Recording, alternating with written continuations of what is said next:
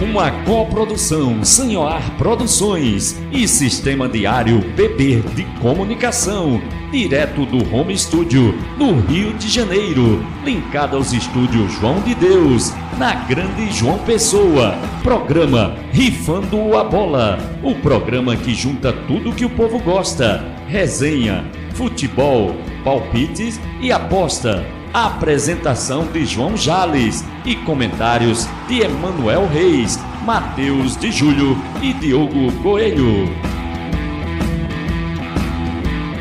Errei!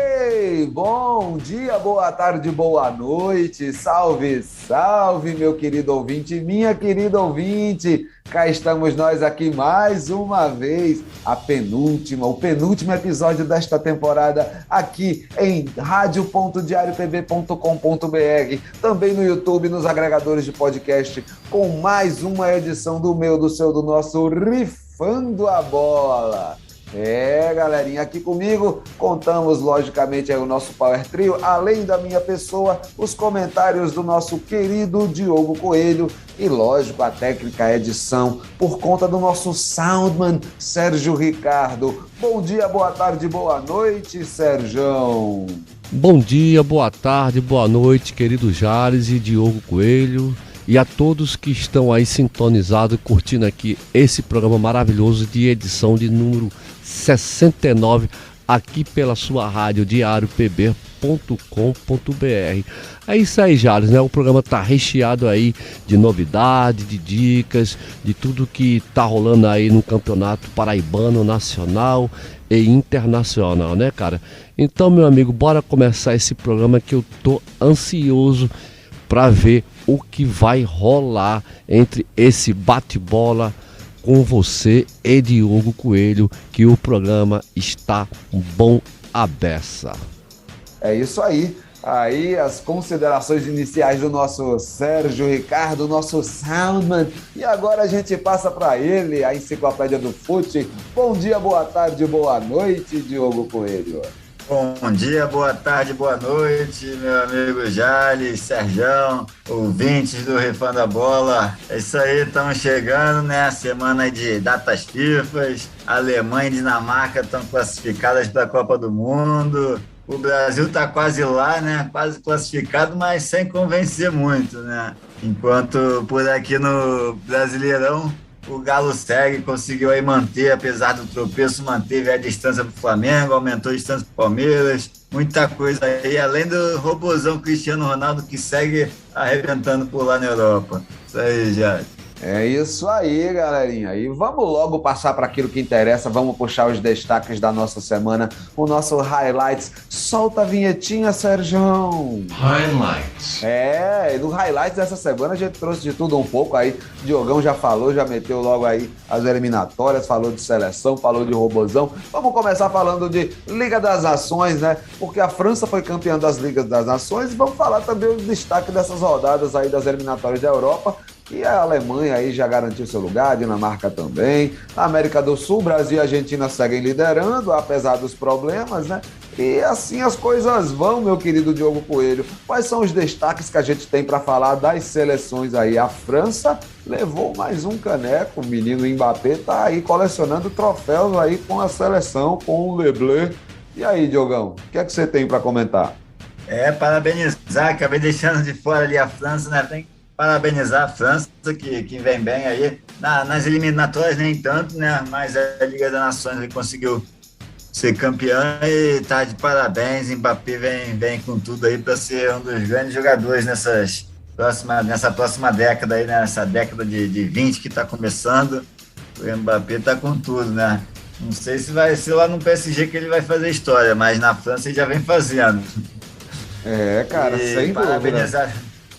E parabenizar também a Alemanha, já está lá para desespero do Brasil, a Alemanha se classificou, e a Dinamarca, né? Dinamarca que não perdeu um jogo até agora nas eliminatórias e também já está classificada.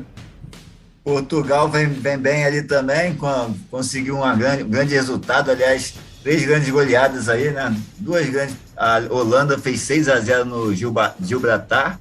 Portugal fez 5-0 em Luxemburgo, com um hat-trick do Cristiano Ronaldo aí.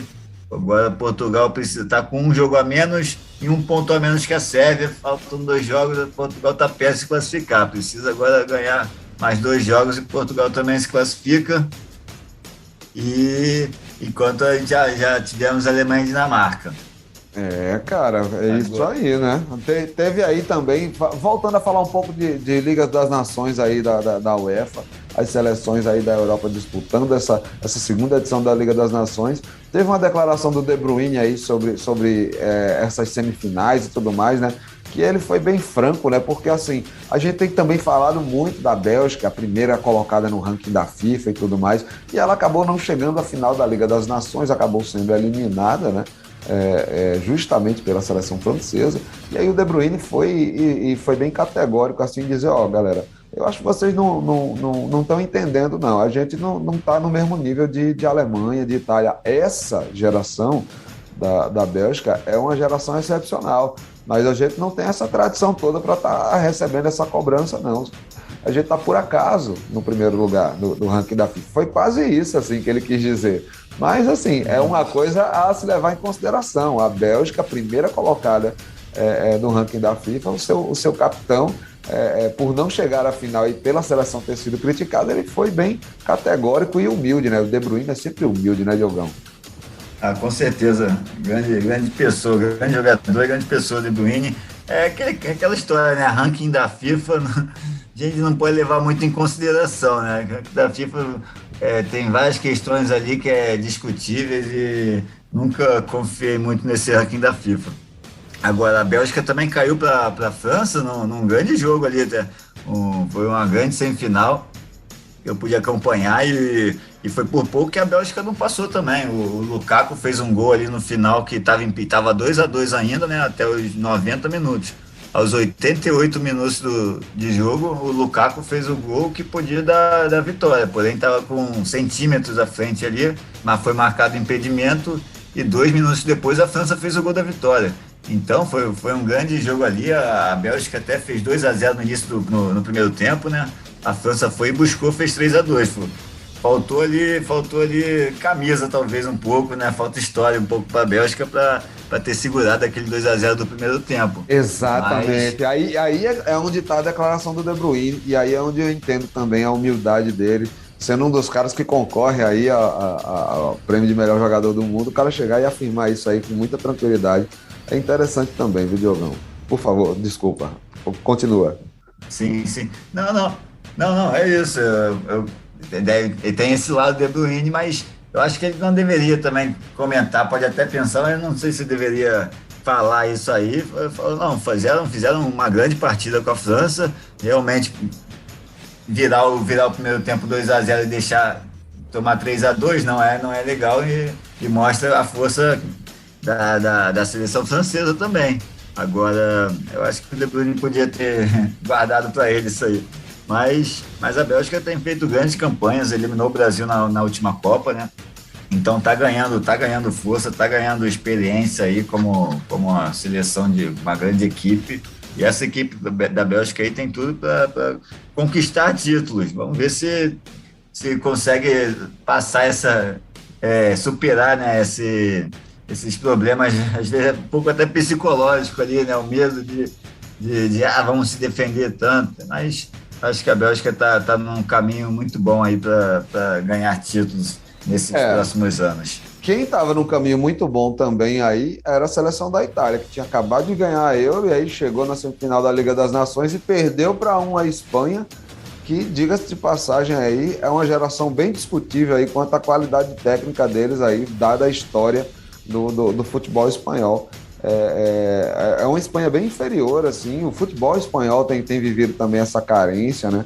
Então, foi surpreendente, assim, a Espanha passar e chegar à final da competição e bater a Itália, que tinha acabado de faturar a Euro aí, com grandes talentos e com uma galera aí, os brasileiros naturalizados, né? O Jorginho e o Emerson Palmieri, enfim. O que é que você também tem para comentar desse tropeço da Itália também nessa semifinal diante de uma Espanha que não é dos melhores times aí que esse país já apresentou, Diogo?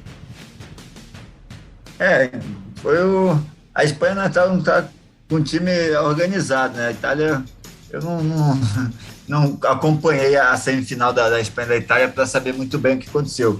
Mas teve jogador expulso no primeiro tempo da Itália também, né? Então, foi já no primeiro tempo já estava meio complicado. Ali estava 1-0 para a Espanha e o jogador italiano foi expulso. E aí depois a Espanha fez logo o segundo, logo depois. Então, aí deve ter complicado um pouco ali para a Itália também. Mas é futebol, né? Futebol não dá pra gente. O time melhor nem sempre ganha. E nem sempre o melhor time é o que tem os melhores jogadores, né? E sim um time mais bem armado, a melhor equipe que ganha. Então, é isso, é futebol. A Itália conquistou o que ela queria. Essa Copa não é também aquela que é mais importante da Europa, né? Não tem tanto prestígio, né? A Liga das Nações já foi criada para um período de datas FIFA, né? Que os caras não queriam ficar marcando tanto amistoso e tal. Aí eles criaram lá na UEFA essa Liga das Nações para preencher essas datas FIFA lá na Europa, né? E acabaram criando mais um torneio de seleções dos caras. Mas enfim, você falou aí nesse lance do futebol, é isso, a equipe que tem o melhor conjunto, aquilo que tem melhor organizado. Vamos pular da Europa para América do Sul e falar das eliminatórias sul-americanas aí, porque o melhor conjunto a gente sabe que é Brasil e Argentina, e aí primeiro e segundo lugar nas eliminatórias da América do Sul, respectivamente, né? Mas a gente viu aí, pelo menos na primeira rodada, uma seleção argentina que empatou em 0-0 com o Paraguai, muito bem armado, e depois, né, o jogo do Brasil também tomou um susto aí diante da Venezuela antes de virar para 3-1, e na sequência, na rodada seguinte, rolou aquele empate sem gols, enquanto a Argentina, por outro lado, acabou deslanchando aí, fez um jogo bem melhor, né? O que você tem para comentar aí das eliminatórias sul-americanas, Diogão? Porque, assim, mudou algumas coisas ali na tabela de classificação, né, das seleções sul-americanas. Tem gente aí que ainda está viva na disputa, ainda que esteja na lanterna da competição, tem chances matemáticas, mas o meio ali, do meio para baixo, ainda continua bem embolado. Tem gente com condições de chegar na repescagem até o fim, né? O que você tem para falar disso? Com certeza, ali tá no meio da tabela, tá todo mundo ligando ali, né?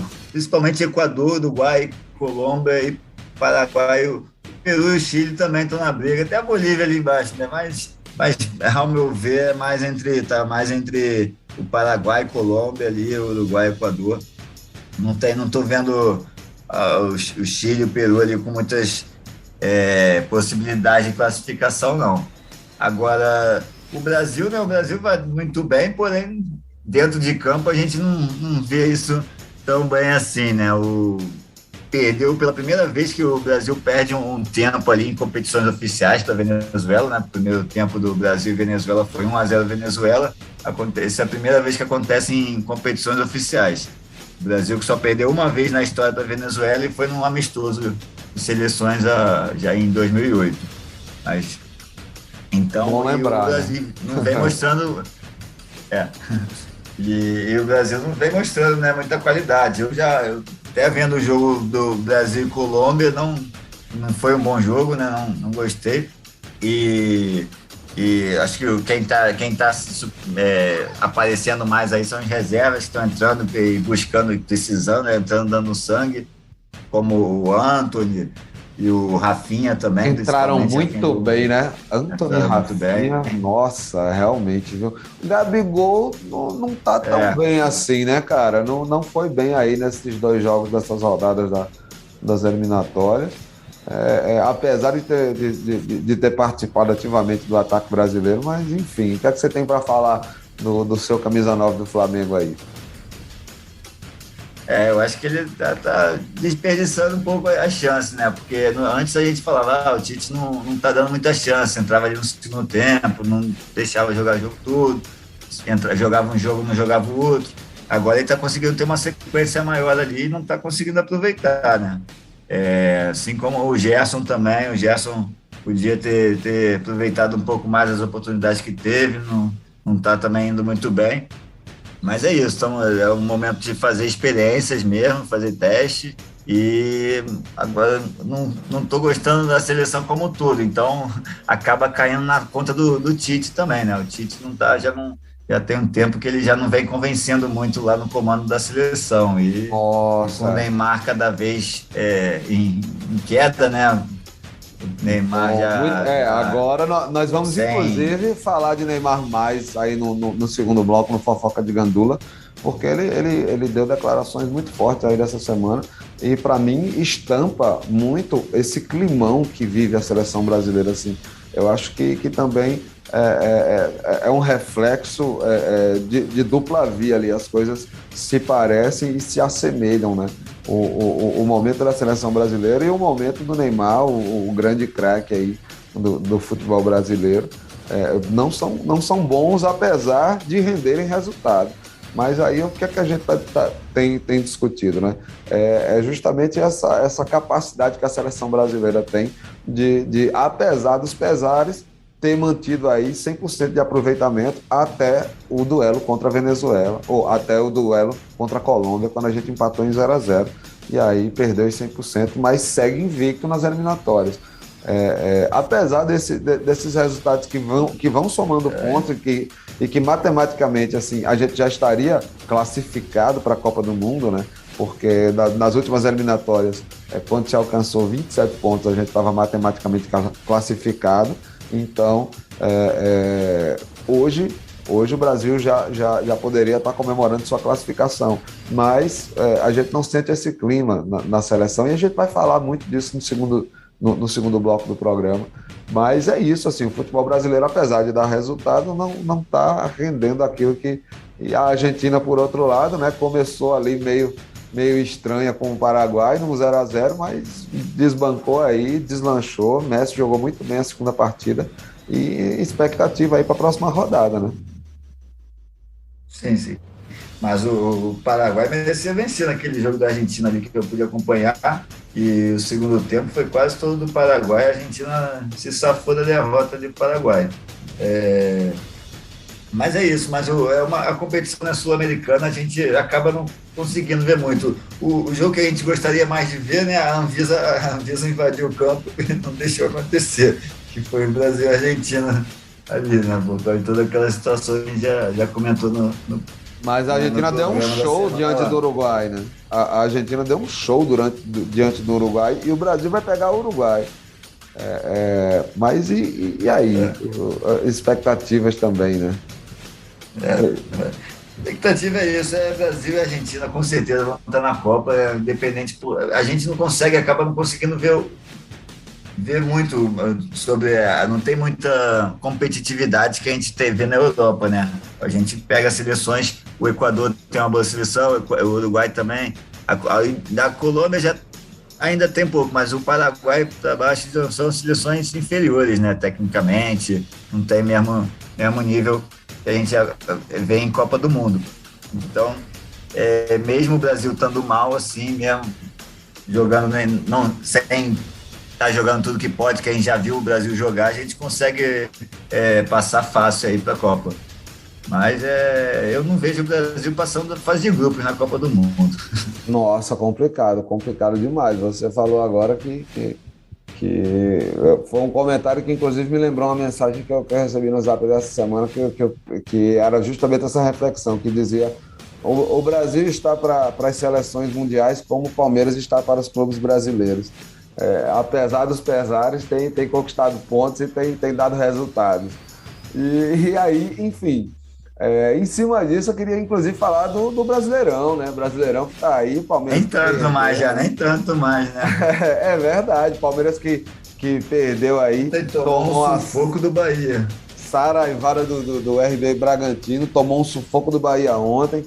Então, assim, tá passando mal aí o time do Abel Ferreira, mas o Galo segue na liderança, é elástico. O Flamengo assumiu o segundo lugar e o Fortaleza voivodizado firme e forte no G4, meu amigo. Tá de brincadeira não, cara. Tá lá, mas a galera tá no encalço dele aí, vem Corinthians, tem Fluminense, tem um G8 aí bem complicado, bem embolado, né, Diogão? Conta pra mim aí o que é que você tem pra comentar sobre a primeira divisão do Brasileirão. O negócio tá ficando bom. Tá? O Galo, né? O Galo se manteve aí, no final das contas, a data FIFA não atrapalhou muito o Flamengo. Tem 2 pontos de vista, né? Lá na disputa pelo título. Essa data FIFA para o Flamengo era preocupante por enfrentar o Bragantino e o Fortaleza aí nessa semana. São 2 equipes ali do G4. Acabou mantendo a distância para o Galo. Porém, o outro ponto de vista é o Galo que conseguiu manter a distância para o Flamengo e falta menos 2 jogos agora para terminar o campeonato. Então,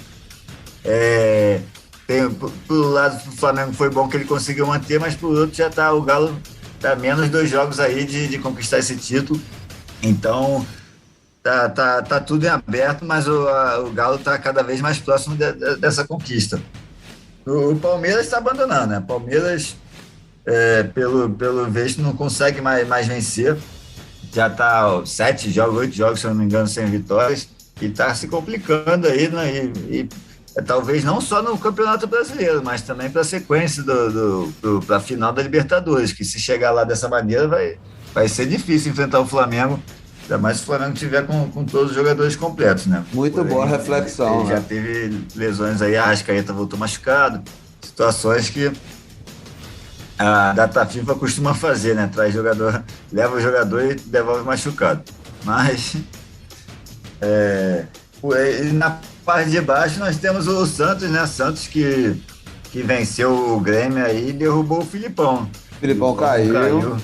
Filipão caiu. Agora quem vai assumir interinamente aí é o Thiago Gomes, né? O assistente aí, funcionário do Grêmio. E o pessoal tá respaldando ele aí para essa reta final de Brasileirão, pelo andar da carruagem do Grêmio aí. Vamos ver se salva o imortal, né, Diogo? Eu não sei se é verdade, mas eu ouvi falar que estavam pensando até em Celso Roth. Melhor deixar falaram isso. Melhor deixar o interino. O engraçado é que o Roger Machado, eles estavam pensando no Roger Machado também, né? O Roger Machado que fez o trabalho antes do Renato Gaúcho assumir, era o Roger Machado que estava comandando a equipe.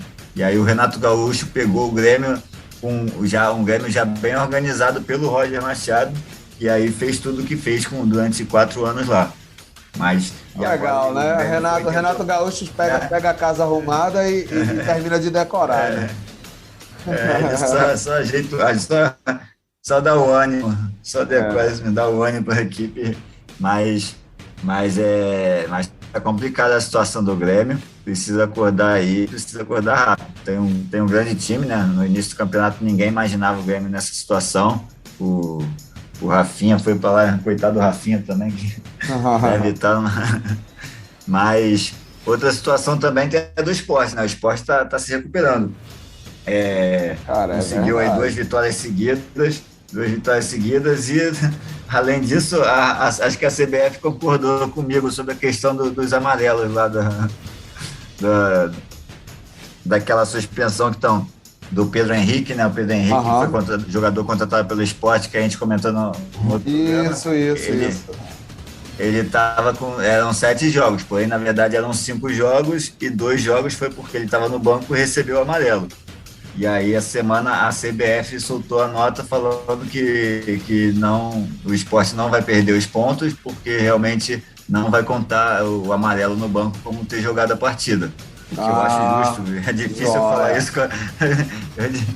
É difícil eu concordar com a CBF, mas hoje eu vou falar bem da CBF, quem diria? Mas bom esclarecer. Eu só não sei como é que está o regulamento, né? O que está escrito, né? Tem que ver o que está escrito também, que eu ainda não vi isso. Tem que ver o que está escrito lá no papel, porque o que vai, no final das contas, é o que está escrito, e aí vai acabar indo para a justiça e pode virar mais uma novela isso aí.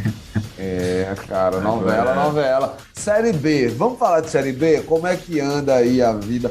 O Vasco acabou surpreendido pelo Sampaio Corrêa lá em São Luís do Maranhão, tomou 1-0 e ficou de bobeira, né? Botafogo e Cruzeiro aí, Botafogo no caminho do Cruzeiro. O que é que você tem para comentar aí dessa segunda divisão do Brasileirão? O sufoco do Vitória, né? Continua lá no Z4, ele, Confiança, complicada aí essa segunda divisão. Mas mostrou que tá vivo a Vitória, né? Ganhou do... Foi quem que foi que o Vitória ganhou? Ele ganhou a última partida, né? O Vitória ganhou a última partida, vou ver aqui. O Vitória ganhou a última partida e mostrou que tem esperança ainda de sair, deu esperança para sua torcida, porque não tá fácil, mas tem chance, né? Tá ali ainda, tá colado para sair também, tá tudo em aberto. Agora, o Botafogo teve chance de assumir a liderança ontem, né? Jogou com o Cruzeiro, fez um grande jogo, mas aí perdeu a chance de empatar com o Curitiba ali, com 53 pontos e ficar na liderança no número de vitórias. Agora, o Vasco que vacilou realmente contra o Sampaio Corrêa, podia ter pelo menos tirado um pontinho lá. O Nenê perdeu o gol, né, no último minuto. O Nenê não perdeu o gol. O goleiro do Sampaio que agarrou, amigo. Olha, se você visse a postagem no Twitter do Sampaio Corrêa, chamando o goleiro de o novo ministro da Defesa brasileiro, amigo. Foi um penaltaço que ele pegou, assim, Nenê bateu mal a cobrança ali, bateu com força, mas a colocação dela ali, a média altura, foi boa para o goleiro pegar, e aí ele não vacilou, meu amigo. Foi lá, meteu a mão no último minuto, pegou e garantiu a vitória do Sampaio Corrêa. Vamos, inclusive, falar aí de Sampaio Corrêa e de Fortaleza e Flamengo, né? Fala, Diogo. Sampaio Corrêa que... Não, só para completar, o Sampaio Corrêa que perdeu agora pro Vitória. Ele ganhou em casa do Vasco, perdeu em casa também do Vitória. É verdade. Então, né? Vitória aí já...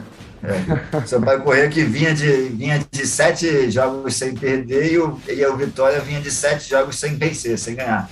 Essa é a Série B do futebol brasileiro.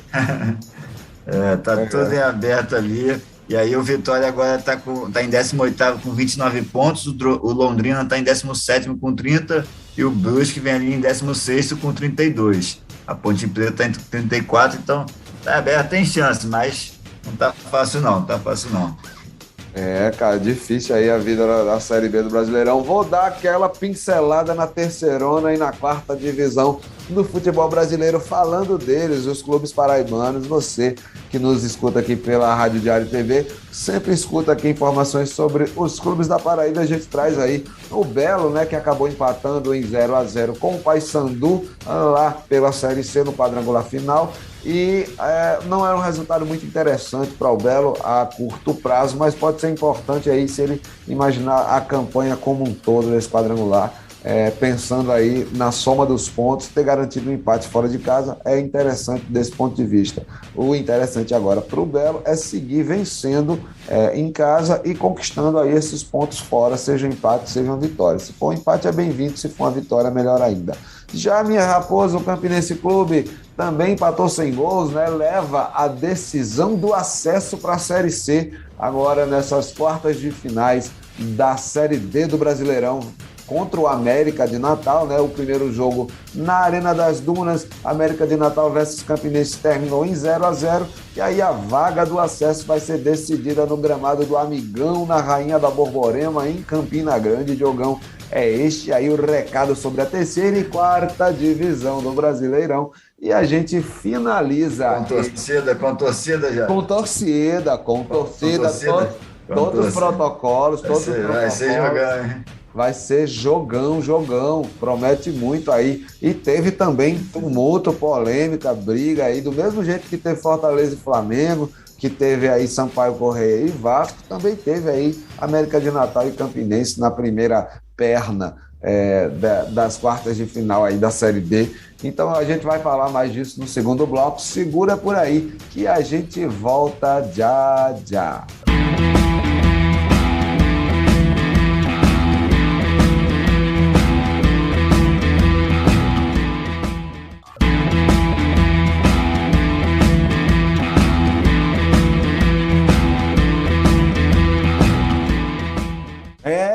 Galerinha, voltamos para o segundo bloco do nosso programa Rifando a Bola, transmitido pela Rádio Diário PV em rádio.diariopv.com.br Estamos também no YouTube e nos agregadores de podcast da sua preferência. Eu sou o João Jales e conto com a presença de Diogo Coelho nos comentários e o nosso soundman Sérgio Ricardo no som, edição e efeitos. Deixa eu fazer aqui uma retificação antes que eu tome um puxão de orelha do meu querido Aldeone Abrantes e do meu amigo Pablito aí, um salve, um abraço para ambos aí. Pablito, 13 anos, né? Não, tem uma notícia muito boa do 13, aí o 13 sofreu uma derrota na pré-copa do Nordeste aí, no mesmo gramado do Amigão em que o Campinense vai decidir o acesso da Série C. O 13 perdeu aí de 3-1 para o Floresta na fase preliminar da Copa do Nordeste, né? E tá fora aí da disputa da Lampions League. O Souza também está na pré-copa do Nordeste, na fase preliminar aí, vai enfrentar o Asa de Arapiraca. Galerinha, a torcida raposeira sabe muito bem quem é o Asa que disputou a final da Copa do Nordeste em 2013 contra o Campinense, esta a qual o Campinense sagrou-se campeão. O Asa vai pegar o Souza lá em Alagoas, o Souza viaja até Alagoas para pegar o Asa de Arapiraca e joga nesta quarta, dia 13, hoje de noite, às 8 da noite. Então fica de olho aí que tem coisa rolando também no futebol paraibano. Então vamos pro Fofoca de Gandula, então, né, Diogão? Aquele quadro que todos nós amamos odiar e odiamos amar. Solta a vinhetinha, Sérgio. Fofoca de Gandula. Fofoca de Gandula, a gente começa agora um papo aqui bem... O Fofoca de Gandula de hoje é um negócio reflexivo, né? É pesada a coisa. Hoje a gente vai falar primeiro, né? Primeiro vamos começar falando dele, né? A gente tinha falado no primeiro bloco ali por cima e tal, mas você já sentiu que a gente deu um certo destaque na entonação da nossa voz quando citamos o nome de Neymar. Então vamos falar dele, né? Porque ele abriu o jogo aí e deu declarações nessa semana que talvez 2022 no Catar seja a última Copa dele, né? Então, enfim, quem acha que Neymar pode ficar longe das notícias se engana, né, meu amigo? A última do craque foi esse desabafo aí na entrevista que concedeu ao DAZN. Nela, o atacante brasileiro reflete sobre sua saúde mental, inclusive, né, e pondera sobre o atual momento da sua carreira. Ele afirmou o seguinte na entrevista, abre aspas, acho que é a minha última Copa do Mundo, 2022, né? Eu encaro como a última porque não sei se terei mais condições de cabeça de aguentar mais futebol, contou o astro do PSG, né? E ele ainda continuou, então vou fazer de tudo para chegar muito bem, fazer de tudo para ganhar com o meu país, para realizar o meu sonho desde pequeno e espero poder conseguir, fecha aspas. Aí essa é a declaração do Neymar, jogador que estreou na seleção brasileira em 2010, terá 34 anos, né? Nesse Mundial do Catar em 2022. Neymar acumulou grandes pontuações, muitas polêmicas e um título que foi o da Copa das Confederações de 2013, além também de ter faturado a medalha de ouro nas Olimpíadas do Rio em 2016 e o Sul-Americano Sub-20 em 2011. E aí, Diogão, o que é que você tem para falar sobre isso? O que é que falta para o Neymar? O que é que você pondera? O que você achou dessas declarações dele aí, de que ele talvez não dispute nada além dessa última Copa do Catar aí, seja a despedida dele da seleção brasileira? Só corrigindo, ele vai ter 30 anos no Catar, né? Nessa Copa agora ele vai estar com 30, na outra 2026, 34. 34. É complicado, né? A gente viu um pouco isso com o Messi também acontecer, né? Com o Messi na Argentina, né? O Messi também anunciou que seria os últimos jogos dele, que ia abandonar a seleção argentina, e depois acabou voltando e ainda está até hoje aí, conseguiu conquistar o título dele, tão sonhado que não conquistou aqui no Brasil, na Copa América em cima do Brasil. Mas é complicado, essa vida de superastros, né? Esses jogadores superastros, isso é muita pressão realmente em cima, a gente não pode negar. O Neymar, desde moleque, que ele desde o início, que a gente tem aí 10, 15 anos que o Neymar é o principal astro da seleção brasileira e não aparece o outro, né? desde aqueles grandes times de 2006, com Ronaldinho Gaúcho, Kaká, Adriano, Ronaldo, e que a gente vem perdendo esses super craques, né? E o Neymar acabou ficando aí com essa responsabilidade sozinho nas costas dele, né? E não tem também tanta cabeça para ter essa responsabilidade nas costas dele. O Neymar, a gente sabe como as atitudes que ele tem, a gente vê como ele... Não, outra coisa também, né, Diogo? Outra coisa também que faz parte aí de todo esse conjunto que leva o Neymar a ponderar sobre isso, assim, né? Essa coisa de que ele se acha perseguido pela mídia, ele se acha perseguido pela opinião pública, quando, na verdade, o que a opinião pública muitas vezes está colocando para ele são questões de reconhecimento, assim, cara, se reconheça entre determinadas coisas, se posicione sobre isso, sobre aquilo. E os posicionamentos que Neymar tem tido sempre são posicionamentos extremamente adversos, assim, bem distantes da realidade das pessoas que eram fãs dele, né? E que têm deixado de ser fãs e tal. Ele tem, enfim, o que ele vem chamando de hater e tudo mais. O que é que você acha também disso, assim? Porque eu acho que é um elemento fundamental, assim, para o Neymar pensar, quando ele chega e comenta isso, né? Que eu sou muito, muito bombardeado pela mídia, pela opinião pública, mas, cara, percebe bem quais são as manchetes, o teor das coisas com as quais você tem lidado e percebe a maneira como outros craques que são símbolos mundiais no futebol e são símbolos nacionais. E aí eu não vou nem citar, não quero nem detalhar Messi nem Cristiano Ronaldo nesse aspecto, não. A gente sabe que Neymar tem o Instituto Neymar Júnior, a gente sabe que ele tem os projetos sociais, saca? Mas, tipo, para além do projeto social, saca? A postura enquanto cidadão, a postura enquanto formador de opinião pública, enquanto influencer, né? Porque Neymar é até influencer hoje, gamer, enfim. Eu acho muito complicado ele querer se eximir, assim, jogar essa culpa dessa maneira, assim, como se tivesse o peso nas costas da opinião pública e da imprensa toda essa questão dele não conseguir estar fazendo o que ele faz de melhor. E aí, o que você acha disso? Não é isso. Ele é cobrado porque a gente sabe o que ele pode fazer, né? Por isso que a gente cobra ele, porque a gente sabe que o Neymar tem capacidade para ser esse jogador que o Brasil precisa. Agora, fora de campo, a gente não pode cobrar uma atitude se ele não é essa pessoa que a gente gostaria que ele seja, né? Então, aí eu acho que é complicado. O Neymar nunca foi uma grande pessoa, realmente a gente sabe das atitudes, apesar dos projetos todos que vários jogadores fazem, né?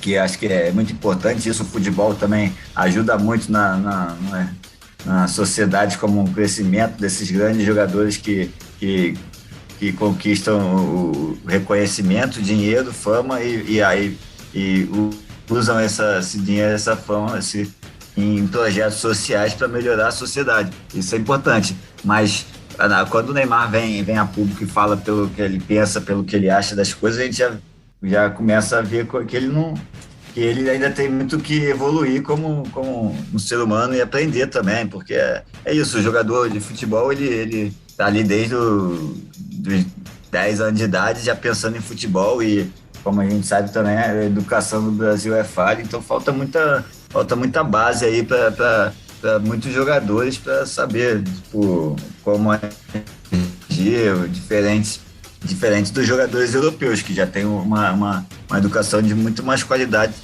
do que nós temos, né? Então, olha, eu discordo, viu? Eu discordo, porque gente... a gente tem aí um Paulinho, por exemplo, que estava aí na seleção, na seleção olímpica, né? O Paulinho que dá show de posicionamento, e é um cara que teve as mesmas dificuldades, é um cara que também cresceu de maneira humilde aí, mas é um cara que tem consciência de classe, é um cara que sabe se posicionar politicamente, tem uma eloquência na fala dele sem sem parecer snob, tá entendendo? O cara sabe o que tá falando, sabe como tá falando, sabe para qual pessoa direcionar o que ele fala. E eu acho muito legal, por exemplo, o posicionamento de um Paulinho, da maneira que ele se porta. E eu vejo muito mais o Paulinho como um exemplo de posicionamento para um atleta dialogar com a opinião pública do que o posicionamento que o Neymar faz, que é um posicionamento vazio, assim, desse ponto de vista de que ele se resume à instituição social, ao projeto social do Neymar, o Instituto Neymar Júnior, saca? Eu acho que precisa ir além disso, precisa pautar as coisas da sociedade brasileira. O cara é ídolo no Brasil, o cara quer ser amado, idolatrado no Brasil, o cara tem que entender os anseios dessa população, o cara tem que entender o cotidiano do brasileiro. Parece que ele se descolou de uma maneira que ele não se reconhece mais nessa realidade, saca? Da falta do saneamento básico, da falta do acesso à saúde, dessa dificuldade toda. Saca? Para ele é tudo muito pontual, assim, se resolve pelo Instituto Neymar Júnior, então, sabe? Para mim, o que falta ao Neymar hoje é terapia, cara. Sabe? Para mim, o que falta para Neymar é terapia. É ele pegar, sentar num divã e conversar numa boa, passar por um processo mesmo de análise, seja psicológica, seja psiquiátrica. É passar pela terapia mesmo, sabe, bicho? É entrar no processo. Começar a dialogar essas coisas, fazer esses questionamentos consigo mesmo, sabe? E eu acho que desse ponto aí que eu acredito que o Neymar pode dar um salto de personalidade. Se ele começar a conversar mais com ele mesmo, deixar de praticar as atitudes cheias de infantilidade e descoladas da realidade como ele tem feito. Cara, a gente vivendo situação de pandemia e Neymar marcando rolê em Mangaratiba, bicho, sabe? Tem coisas assim que não fazem o menor sentido, sabe? Enfim, muito em cima disso, assim. Eu acho que se ele começar... Fez a festa de Natal ali, de Ano Novo, né? Fez essa festa de Ano Novo, meio a pandemia. E aí falta consciência social, com certeza. Uma terapia, eu acho que todo jogador ali, eu acho que a psicologia do esporte é essencial aí para todo jogador, todo atleta, e não só atleta, para todas as pessoas, né, na vida, ter alguém para conversar e fazer uma terapia para evoluir é muito importante para todo mundo. Agora, eu acho que falta o Neymar isso, um pouco também de consciência social, desse estudo. Você falou do Paulinho. O Paulinho, ele é quase 10 anos mais novo que o Neymar, né? Ele já tem uma criação já um pouco diferente. A gente evoluiu muito com a globalização, com a internet, e o Neymar pegou uma época um pouco antes disso do Paulinho. Então, eu acho que essa globalização, as mídias e a pessoa em si mesma, né? Ter a consciência social do que faz. E o Paulinho, com certeza, tem uma consciência muito maior do que o Neymar. Agora, no geral, acho que o jogador brasileiro tem pouca consciência, assim. Acho que isso a gente vai estar evoluindo, mas leva um pouco mais de tempo e um pouco também pela defasagem escolar que a gente tem, né? A falta de tipo, escolas públicas de qualidade, educação de qualidade um pouco que a gente que tem faltado no Brasil, né? Então eu acho que isso tem um pouco a ver também. Agora, é o Neymar, ele está aí desde os 16, 17 anos sendo falado, sendo como um grande astro do Brasil, que começou lá no Santos, né, com 17 anos. Por isso que eu acho que falta terapia, sabe? Que eu acho que é um processo de construção que carrega tanta coisa durante tanto tempo ali, que eu acho que é por isso que ele tá tão de saco cheio da coisa, que ele tá tão deprimido com tudo, assim, que ele não aguenta uma crítica, que ele já começa a chorar, que as pessoas ao redor dele já saem na defesa dele também, super protegido e tal. Aí, enfim, querendo blindar a figura do Neymar. Existem determinados outra questão. Embates que ele precisa travar, sabe? Eu acho que no campo da terapia pode ser uma coisa boa aí para ele, cara. Sim, terapia é bom para todo mundo. Olha, porque Cristiano Ronaldo e Messi. A sociedade que ele vive, né? Ao redor dele. Tem que. Não tem como não falar dos caras, né? Exatamente. Você vê como o Cristiano Ronaldo está agora com 36 anos, o Neymar está aparecendo, tá com o físico pior do que o Cristiano Ronaldo. Então, tipo, isso é meio que ele vive a vida. Também a gente não pode jogar. O jogador de futebol, ele doa a vida para jogar futebol ali, né? Dos 15, 16 até os 30, 35, a vida dele tá ali jogando futebol. E nesse ano de pandemia nem férias teve, né? Então também o Ronaldinho Gaúcho é outro caso, que também não se doou totalmente pro futebol. Exatamente, tem razão. Se o Ronaldinho Gaúcho tivesse feito o que o Cristiano Ronaldo faz, né, e o Messi também, ele teria feito muito mais pelo futebol do que ele fez. Mas mesmo o pouco que ele fez já foi muito, e a gente fala do Ronaldinho vai falar eternamente porque ele era um artista da bola. Mas é isso, ele também não se doava ao futebol totalmente, ele queria a vida dele, pessoal dele, e que eu acho que a gente tem que aceitar também, né? Não pode... o Adriano é outro também. A gente tem vários casos, principalmente de outros tempos, né? Agora estão começando a talvez mudar um pouco isso. Mas são casos que principalmente a gente vê aqui no Brasil, não sei, acompanho lá fora, mas aqui no Brasil a gente vê muitos casos desses, de grandes jogadores que não se dedicaram totalmente à sua carreira de futebol. O Romário é outro também, que não treinava, então o Romário fez escola, acho que o Romário fez escola ali, né? Então, é verdade. E aí a gente agora tá aí com o Neymar e sem nenhum outro grande craque também, né? Nenhum outro grande craque na seleção para dividir as atenções, para dividir essa pressão que tá em cima agora da nossa seleção. Eu achei que você ia falar do Gabigol. Tá, deixa pra lá. Próximo assunto. Faltou, né? Gabigol faltou. O Gabigol começou ele até no início, ele até estava começando a dividir um pouco as atenções, mas não rendeu o que a gente esperava.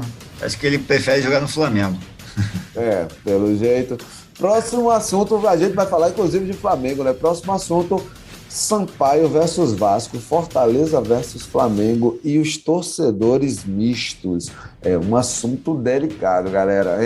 Porque a gente já abordou aqui por cima em outras edições daqui do Rio Falando da Bola, na primeira temporada, essa questão dos torcedores mistos e tal. A gente já falou de posicionamento, a gente teve membros da bancada aí assumindo, sou torcedor misto, eu torço só para um time, mas já torci para 2 times diferentes e tudo, enfim. Tem toda essa coisa aí, se você quiser saber mais, dá uma olhadinha aí nas sinopses dos nossos episódios que estão no nosso Instagram e no nosso Facebook, nas nossas redes sociais.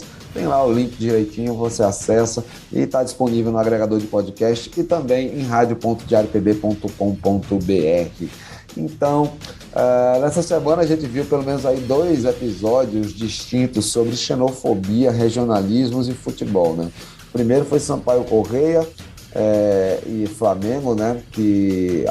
Sampaio Corrêa e Vasco, que aconteceu no estádio Castelão, em São Luís, e o segundo foi Fortaleza e Flamengo, que aconteceu na Arena Castelão, em Fortaleza. E aí uma ferida mal cicatrizada voltou a se abrir aí nesse debate, que era o debate entre as torcidas e os regionalismos, né? Porque enquanto a polêmica do Sampaio Corrêa versus Vasco envolveu os assentos no jogo da Série B, o Flamengo fez campanha na internet e movimentou sua torcida no Nordeste visando o confronto com o Fortaleza. O Flamengo saiu vitorioso, mas o Vasco perdeu. As torcidas deram show em campo, mas espumaram xenofobia nas redes sociais.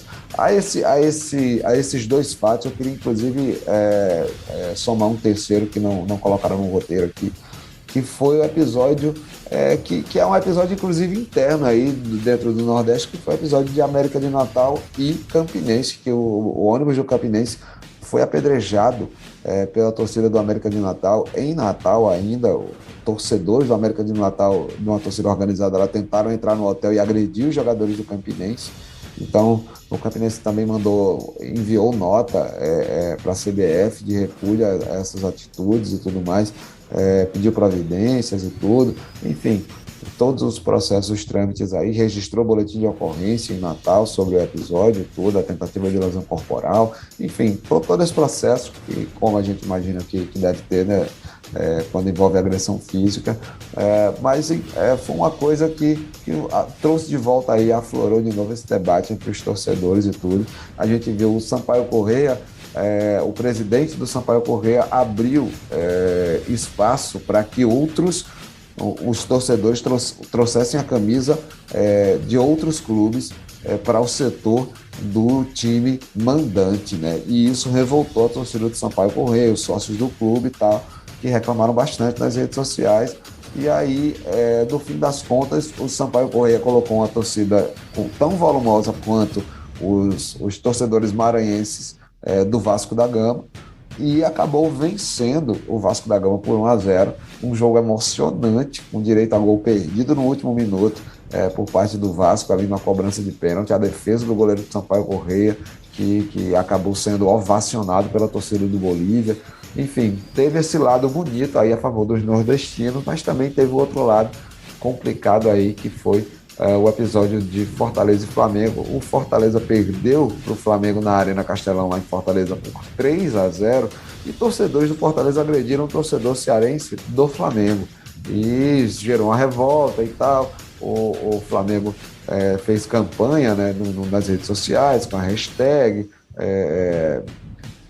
Nordeste Flamengo, Flamenguista Nordeste, não lembro exatamente a hashtag e tudo mais, mas isso movimentou também, e a gente viu aí as respostas de torcedores nordestinos, de clubes nordestinos, aos torcedores do Flamengo, com prints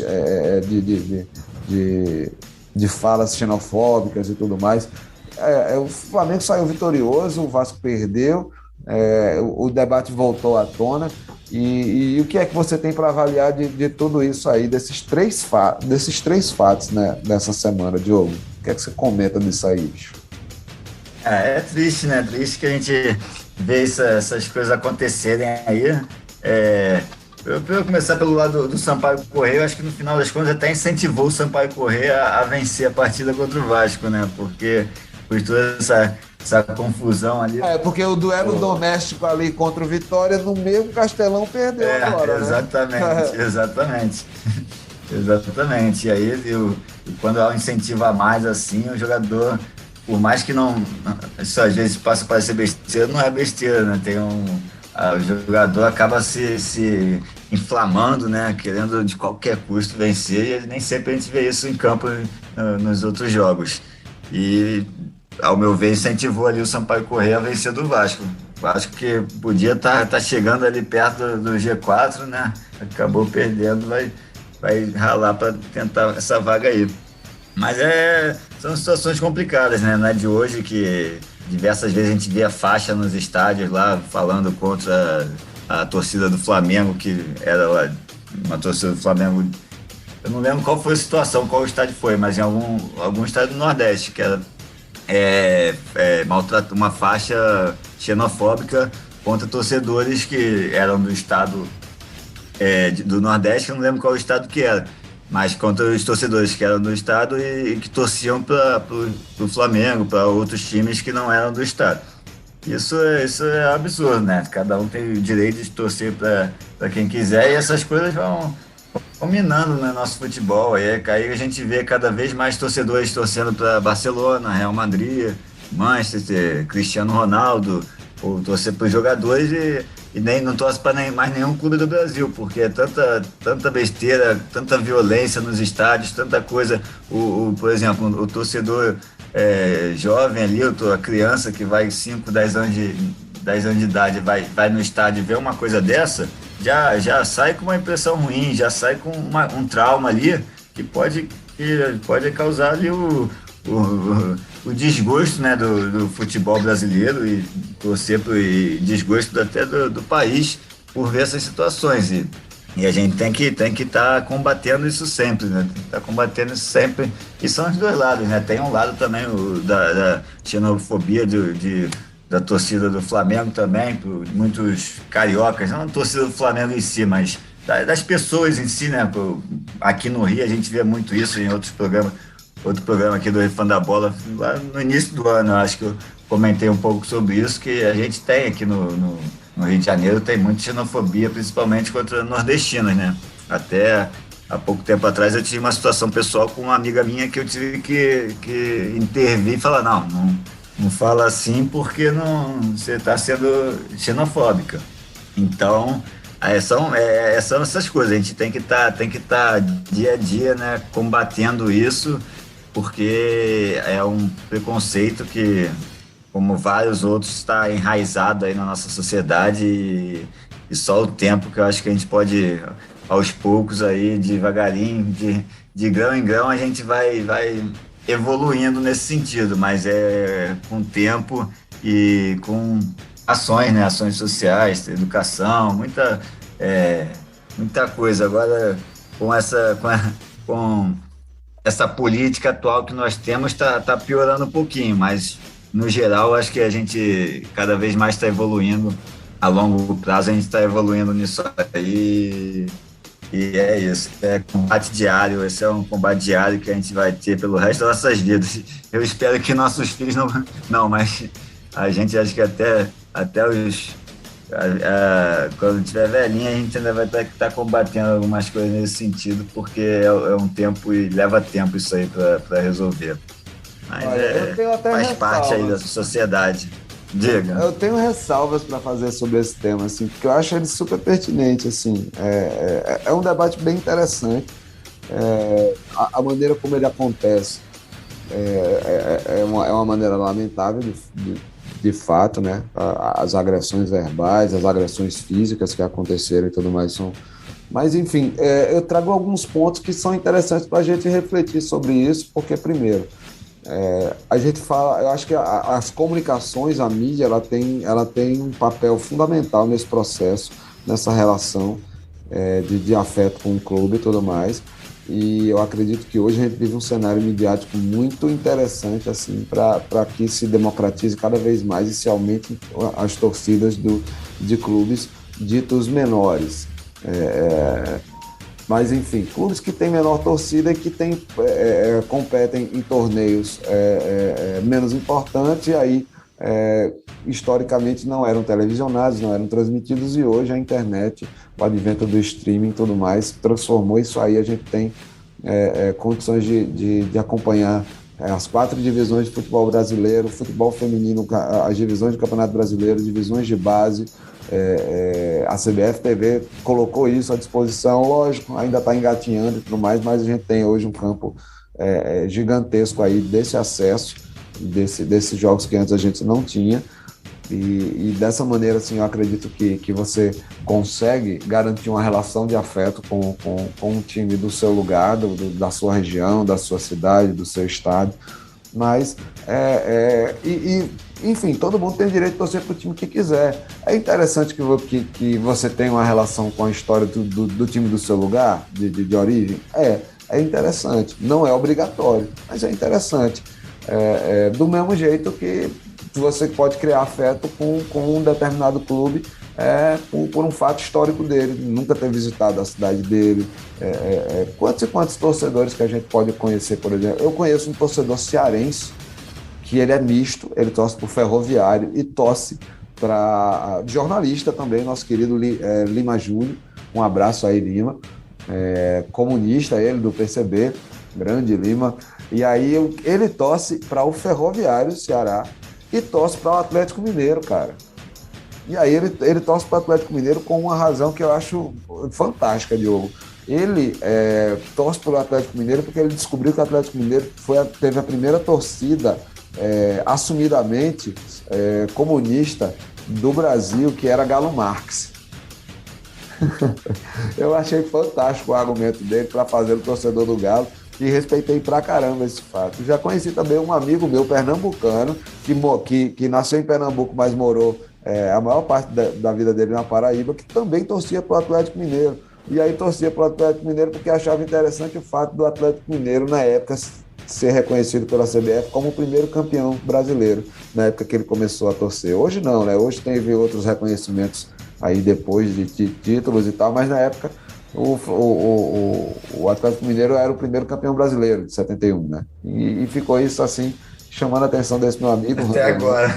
Enfim, e essa coisa, né? Essa coisa interessante, assim, que levanta essas coisas. Hoje, eu já fui torcedor de São Paulo. Na minha infância, eu fui torcedor de São Paulo.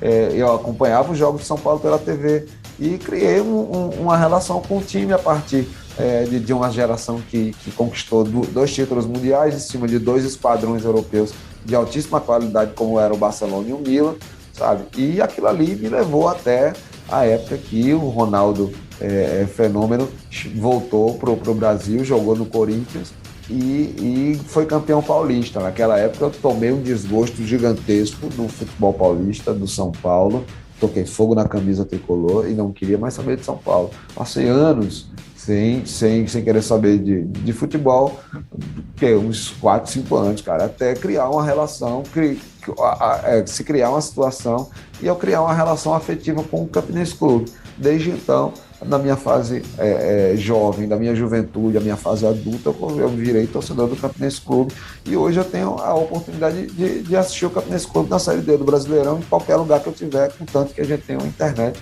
com uma qualidade razoável. Então, assim, hoje a gente tem esses adventos, né, que facilitam essa identificação do torcedor com o time do seu lugar, da sua região, da sua cidade, do seu estado. E também te facilita a identificação com times mais distantes ainda. A gente tem hoje possibilidade de assistir uma Liga dos Campeões, uma coisa que gente, isso era inimaginável há 20 anos atrás. A gente só podia assistir a final disso na TV, por assinatura, num pay-per-view, num jogo caríssimo, papapá. E tchau. Há 20 anos atrás era desse jeito. Hoje a gente tem canais brigando para transmitir a Champions League, a Liga Europa, a Libertadores, a Copa América. Hoje a gente tem uma relação midiática diferente com o advento da internet, da tecnologia e essa facilidade, né, de acesso. Então, assim, são elementos que podem chegar de maneira positiva para agregar nesse debate e construir essas identidades. E tudo bem você ser cearense e torcer para o Flamengo, tudo bem você ser paranaense e torcer para o Internacional de Porto Alegre, como eu tenho um amigo meu, Ronaldo Pinto Júnior, ele é paranaense de Curitiba e torce para o Internacional. Um abraço, Ronaldo Pinto Júnior. Enfim, são coisas assim, sabe, Diogo, que são importantes para a gente levantar nesse debate, né? Cara, fala, desculpa, falando há muito tempo aqui também, né? Não, tranquilo, falou bem. Não, é isso, essa questão da mítica, essa questão também da descentralização ali, o Cruzeiro, o Vasco, o Botafogo tá na segunda, agora a gente tem o Cuiabá do Mato Grosso, Fortaleza aí brigando lá na ponta da tabela. Isso também é muito importante para a gente, esses torcedores aí torcendo para os seus times do próprio estado, porque o torcedor também, ele quer torcer ali para o seu time do estado, mas ele também quer estar lá na primeira divisão, tá torcendo por um título internacional, tá torcendo por um time que está brigando por algo grande lá no futebol, né? Como a Libertadores, como o Campeonato Brasileiro, como a Champions League.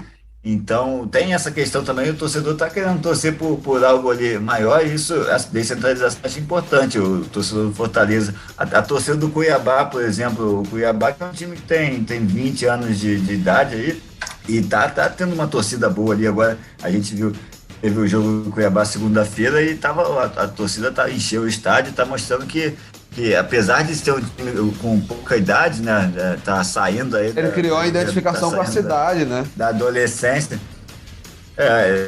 E você tá na primeira divisão, você tá ali brigando por uma Sul-Americana, você pode estar chegando na Sul-Americana. Então, são questões importantes também, que o torcedor gosta de estar torcendo pro time ali que tá brigando por algo grande também.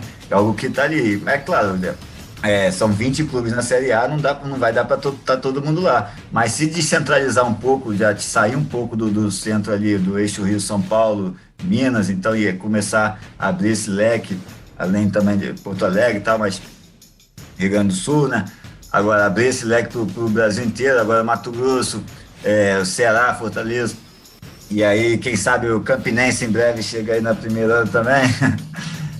Isso acho que é importante. Sabe o que era uma coisa que era interessante que acontecia, que a CBF promovia? Ela dava a vaga para a Sul-Americana, para o campeão da Copa Verde e para o campeão da Copa do Nordeste.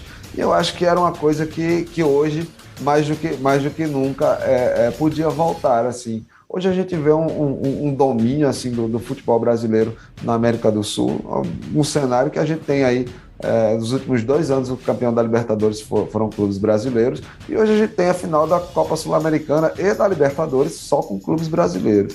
Então, assim, dessa maneira a gente também começa a observar que a CBF também podia tratar de uma maneira mais estimulante, né, esses outros clubes aí, fora desse eixo Rio, São Paulo, Minas, Porto Alegre, que é esse eixo, né, que geralmente gira o futebol brasileiro. Rio, Minas, São Paulo, Porto Alegre. São esses 4 estados. Então, quando você coloca um campeão da Copa Verde e um campeão da Copa do Nordeste para disputar uma Sul-Americana, garantindo a esses campeões vaga direta na competição continental, você prestigia também esses torneios. A gente tem aí hoje uma Copa do Nordeste que não tem um apelido de Lampions League de graça. É um apelido carinhoso? Mas também tem toda a sua justificativa atrás do produto que se transformou a Copa do Nordeste. Ela hoje é um expoente de uma maneira. Você tem times da 4ª divisão duelando com times da 1ª divisão, muitas vezes se colocando de igual para igual. Porque esse time da 4ª divisão vai dar o sangue para jogar na Copa do Nordeste, como o Sheriff Tiraspol está dando sangue para jogar a Champions League pela primeira vez lá na Europa e ganhou do Real Madrid no Santiago Bernabéu. Tá fazendo história. Fazendo história. 100%. Do mesmo jeito que o Sheriff Tiraspol faz o que fez na Champions League, a gente tem situações como essa na Copa do Nordeste. Hoje o Campinense está na Série D do Brasileirão, na época estava na Série C, salvo engano, e venceu o Asa de Arapiraca na única final da Copa do Nordeste que não tiveram times das 2 capitais nordestinas. Então era você imaginar uma Champions League tipo Porto e Shakhtar Donetsk, saca? 2 times bem atípicos aí, com boas equipes, mas com pouca tradição nesse cenário do futebol mundial. Do mesmo jeito que Campinense e Asa de Arapiraca são times com pouca expressão no cenário brasileiro, mas se mostraram extremamente competitivos no cenário regional. E do mesmo jeito a Copa Verde, né? Você tem um Cuiabá, você tem um Brasiliense que já chegou a figurar, inclusive, na Série A do Brasileirão também. Você tem um Goiás, você tem o Vila Nova na Série B, não está muito bem na Série B, mas é um time que tem história também, né? O Atlético Goianiense, que está na Série A e joga a Copa Verde. Então, assim, são essas coisas também, né, Diogo? Sim, e por mais que dando uma vaga, aí tem que ver como é que faz esse esquema, né, de conquistar vagas, porque isso também tem que organizar bem para não ter briga depois. Mas lógico, mas eu acho que isso para definir para as próximas temporadas, né?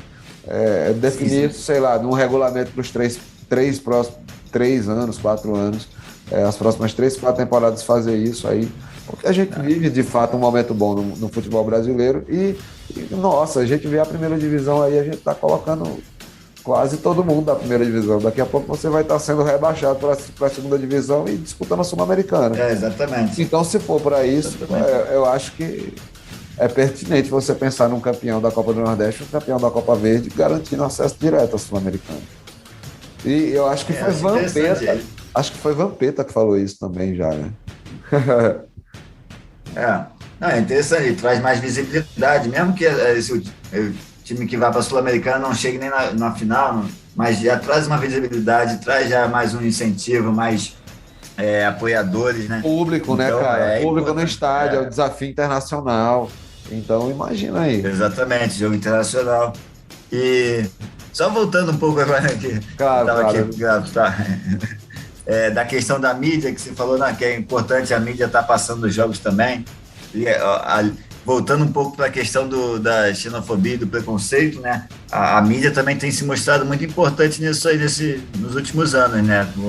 Principalmente nas questões das mulheres, a gente viu muito nos últimos 5 anos aí a Rede Globo, você vê muito aí botando as mulheres para narrar, a Bandeirantes também, né? A Bandeirantes foi a primeira até, colocando as para narrar, falando explicitamente sobre os assuntos, sobre o assédio, sobre diversos preconceitos que tivemos também do racismo com o Paulinho, né? O Paulinho, que teve na Série B agora, esqueci o nome do jogador. Celcinho. Celcinho.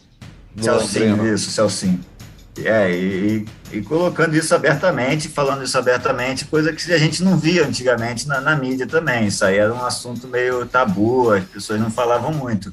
E agora, com toda essa questão aflorando aí na sociedade, a mídia tem falado muito, e é importante a gente ter pessoas de consciência social aí na mídia para ensinar mesmo, porque é onde ele mais consegue, né, pegar público, onde tem mais audiência. Então, é importante que as principais mídias do país estejam falando nisso, e eu estou vendo uma evolução boa nessa questão também. Então, é isso aí. Cara, já dizia Chacrinha, quem não se comunica se trumbica, meu amigo Diogo Coelho. Com essa do velho guerreiro, eu vou encerrando este nosso segundo bloco. Daqui a pouquinho a gente volta para palpitar aí os jogos mais quentes desta semana. Não sai daí, a gente vai beber uma aguinha e volta já. Meu bacalhau.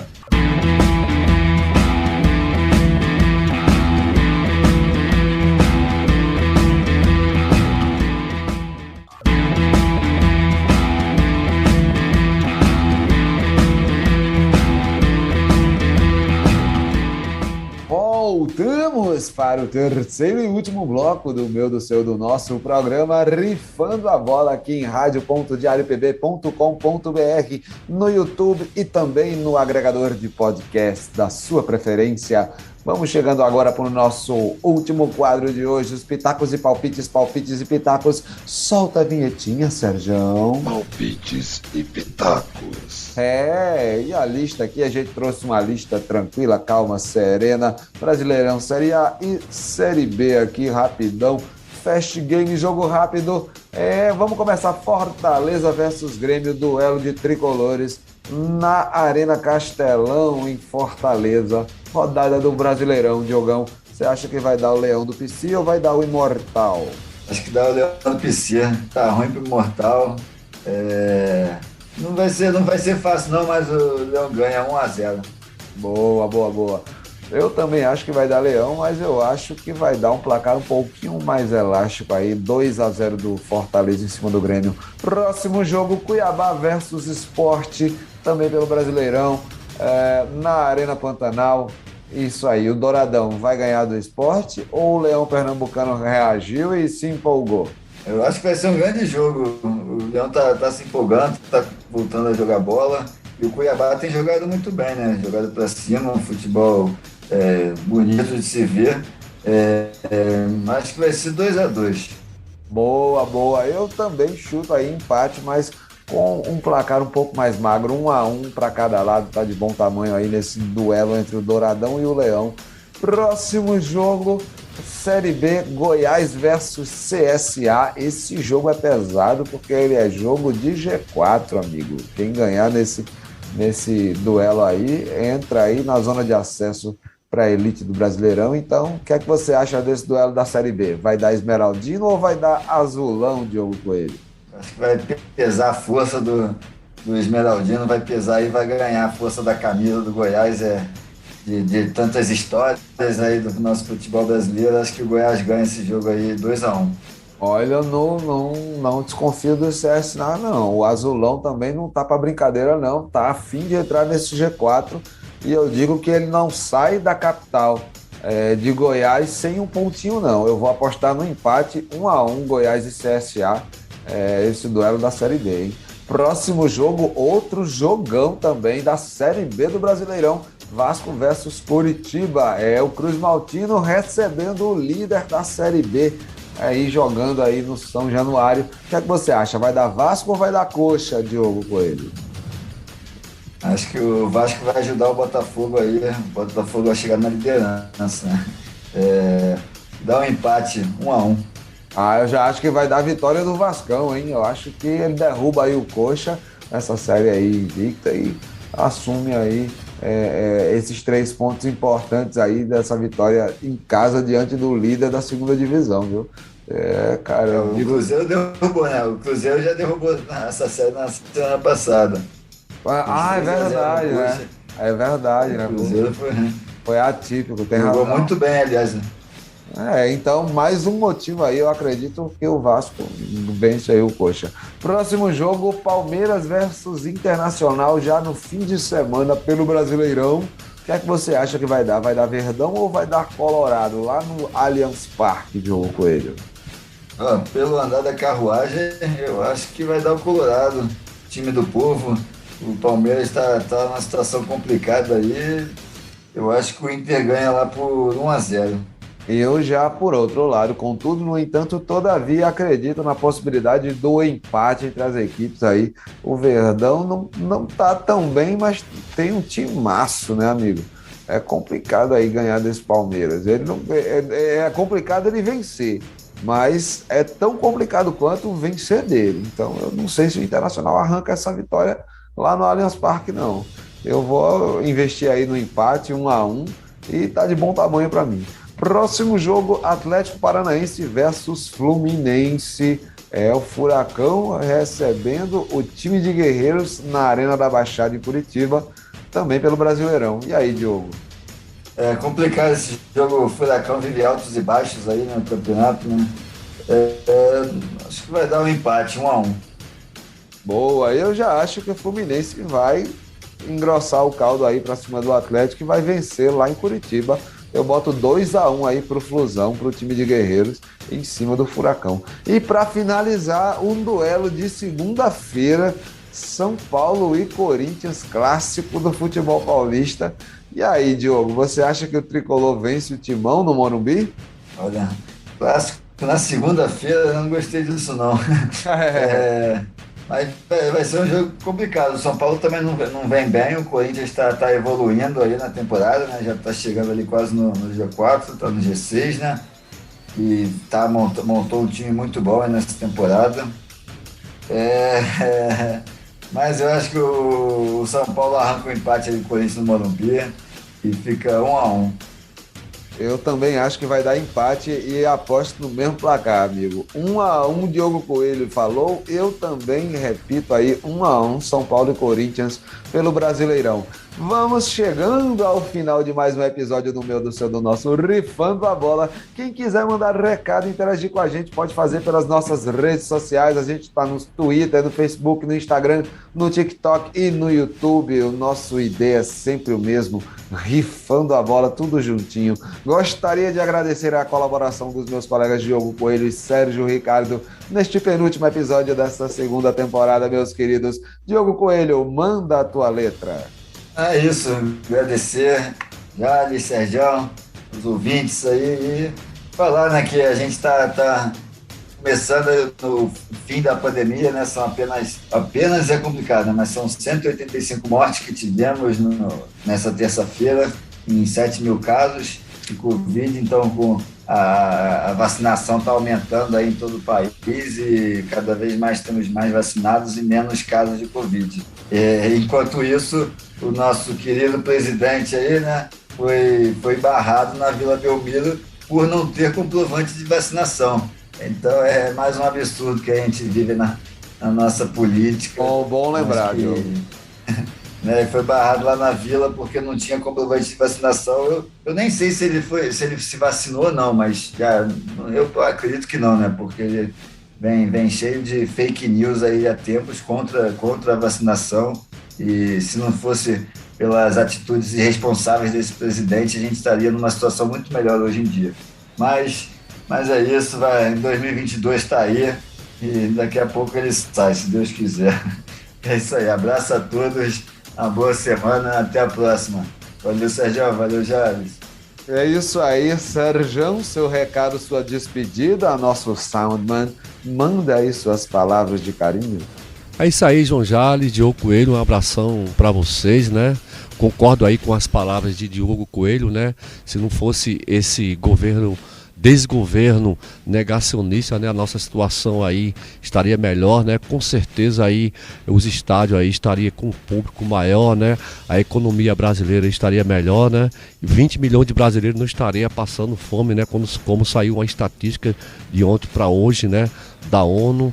E se não fosse esse desgoverno, com certeza a gente estaria aqui sorrindo e falando situações boas, não situações ruins que a gente é obrigado a usar os veículos de comunicação, né, para fazer o nosso protesto e a nossa cobrança.